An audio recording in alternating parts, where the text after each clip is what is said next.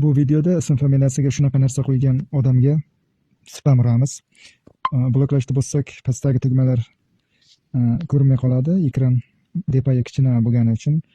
Bu hozir menga spam ura olmaysan deyapti. Hozir videoni ko'rayotgan bo'lsa qarab tur.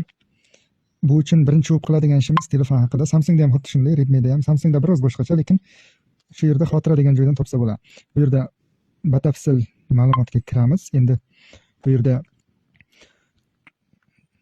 mana shu tizim versiyasi deganni ustiga 10 marta bosamiz. Va siz endi dasturchi deyapti, orqaga chiqaman va qo'shimcha so'znomalar. Endi dasturchi tanlanmalari shu yerda pastga tushamiz. Va mana shu yerda eng kichik eni degan joyi bor, depay. Mana shuni deylik 700 qilib qo'yamiz. 700 qilib qo'yganimizdan keyin ekran kattalashadi. Endi chiqaman. Telegram kiramiz va yozgan odam profili endi bloklash va mana spam urish, bu chatni o'chirish chiqadi pastda. Endi bloklashga bosaversak ham bo'ladi. Shunaqa videolar o'tkazib yubormaslik uchun menga obuna, like bosib qo'yamiz.